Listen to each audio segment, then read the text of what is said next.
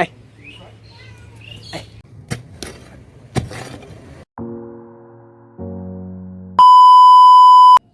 তোমরা কি জানো আমাকে অফিসে কি জন্য অ্যাওয়ার্ড দেওয়া হলো?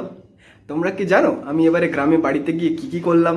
যদি না জেনে থাকো তাহলে এই ভিডিওটা পুরোটা দেখো। আমি এই ভিডিওতে তোমাদেরকে দেখাবো অফিসে আমাকে কি অ্যাওয়ার্ড কি জন্য দেওয়া হলো এবং আমি শনিবার কিভাবে বাড়ি গেলাম, বাড়ি গিয়ে কি কি করলাম। So let's get started. Hello guys, welcome back to my channel. Video start করি। তো এই শুক্রবার কোম্পানি থেকে আমাকে ক্লায়েন্ট চ্যাম্প অ্যাওয়ার্ড দেওয়া হয়েছে প্রজেক্টের স্মুথ ও টাইমলি ডেলিভারি এবং ক্লায়েন্ট অ্যাপ্রিসিয়েশনের জন্য। তারপর বাড়ি ফেরার সময় তো বাসের এই রকম পরিস্থিতি।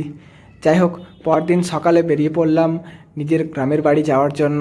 তো অনেকক্ষণ অপেক্ষা করার পরও কোনো বাস না পেয়ে শেষমেশ বুক করলাম একটা উবের বাইক। বাইকে 160 টাকা ভাড়া নিলেও সকালবেলায় বেশ সুন্দর চারিদিকের বড় বড় উঁচু ইমারত, বিল্ডিং, 5 স্টার হোটেল, দ্বিতীয় হুগলি সেতু সমস্ত কিছু বেশ সামনে থেকে সুন্দরভাবে দেখা যায়। যদিও সেই দিন জ্যাম রাস্তায় খুব একটা ছিল না। জেনারেলি সাঁতরাগাছিতে কোনা এক্সপ্রেসওয়ের কাজের জন্য বিশাল জ্যাম হয়। তারপর পৌঁছে গেলাম সাঁতরাগাছি জাংশন। সেখানে গিয়ে কিছুক্ষণ অপেক্ষা করলাম। আমার ট্রেন ছিল 8টায় আরনক এক্সপ্রেস, কিন্তু আমি কিছু আগেই পৌঁছে গিয়েছি। তাই সেখানে অপেক্ষা করার পরে শেষমেশ ট্রেন এলো। ট্রেন আসার পর তো জেনারেলে যেহেতু যাচ্ছি তাই সবার ট্রেনে উঠে সিট নেওয়ার তাড়াহুড়ো। যাই হোক, আমিও তাদের সাথে দৌড়াদৌড়ি করে উঠে একটা সিট পেয়ে গেলাম। তারপর 1.5 ঘন্টা ট্রেনের জার্নি করে পৌঁছে গেলাম মেদিনীপুর। মেদিনীপুর থেকে আবার একটা বাস ধরে জঙ্গল পেরিয়ে চলে গেলাম আমাদের বাড়ি। হ্যাঁ, আমাদের বাড়ি যেতে গেলে এইরকম সবুজ ঘন জঙ্গল পেরিয়ে যেতে হয়। তারপর বাড়ি গিয়ে বাড়ির কুয়োর ঠান্ডা জল দিয়ে হাত মুখ ধুলাম। তারপর চলে গেলাম মাঠে।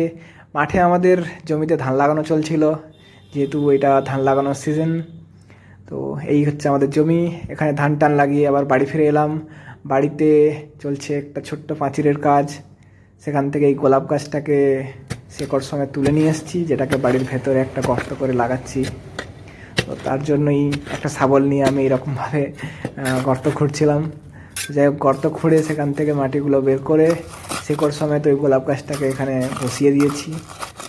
যেখানে প্রাচীর হচ্ছে সেখানে এই গোলাপ বাদেও আরও কিছু গাছ ছিল, কিছু লঙ্কা গাছ, কিছু ফুলের গাছ।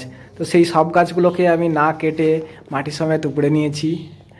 উপড়ে নিয়ে এসে অন্য জায়গাতে গাছগুলোকে এইভাবে লাগিয়ে দিয়েছি। তারপর এখানে এইভাবে হচ্ছে প্রাচীর।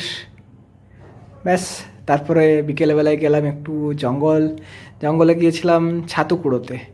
এই ছাতুগুলোকে তোমরা কি বলো সেটা কমেন্টে জানিও।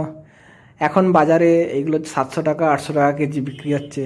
যাই হোক, তারপরে ফিরে এলাম বাড়িতে তখনও চলছিল পাঁচির দেওয়ার কাজ। আরও কিছুক্ষণ এইভাবে কাজ টাজ দেখলাম, খাওয়া দাওয়া করলাম, ঘুমোলাম। পরদিন উঠে আবার আমার কলকাতা ফেরার পালা।